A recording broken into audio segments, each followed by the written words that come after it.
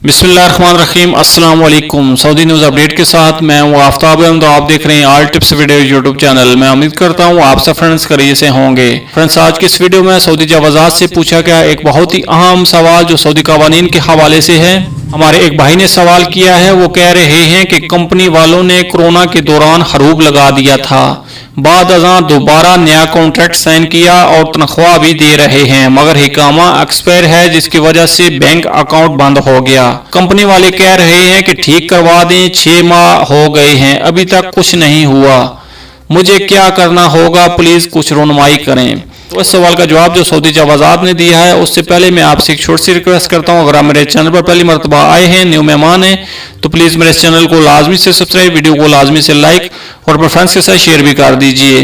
तो चलें ज़्यादा टाइम वेस्ट के बिना वीडियो को शुरू कर लेते हैं। तो आपके सवाल के जवाब में जो सऊदी जवाज़ात ने वजाहत की है वो ये है कि कंपनी की जानब से कोरोना की पाबंदियों के दौरान हरूब फाइनल किया गया था। इस बारे में ये नुक्ता मद्देनजर रखें कि हरूब फाइनल होने के 15 दिन के अंदर कफील उसे कैंसिल कराने का मुजाज है।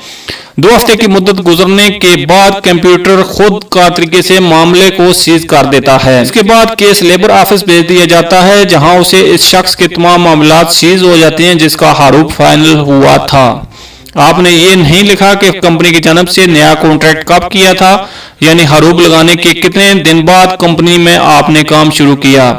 अगर दोबारा मुलाजमत का मुआहदा मुकर्ररा मुद्दत यानी 2 हफ्तों के दौरान हुआ है तो यकीनी तौर पर कंपनी ने हरूब कैंसिल करा दिया होगा।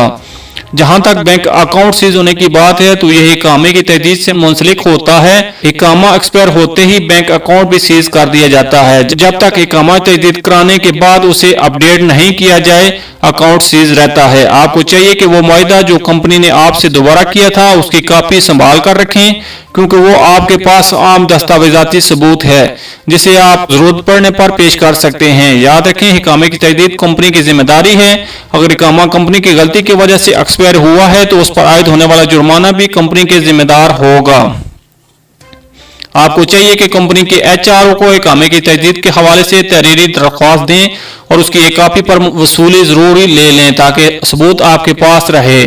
तनख्वाह का हिसाब भी अपने पास माहाना बुनियाद पर रखें, क्योंकि तनख्वाह की वसूली भी आपके केस को मजबूत बनाती है। ये थी फ्रेंड्स अभी तक की सऊदी कवानीन के हवाले से आम अपडेट। अगली अपडेट्स के लिए हमारे चैनल को लाजमी से सब्सक्राइब, वीडियो को लाजमी से लाइक और अपने फ्रेंड्स के साथ शेयर भी कर दीजिए। मिलते हैं नेक्स्ट वीडियो में, तब तक के लिए अल्लाह हाफिज। पाकिस्तान जिंदाबाद।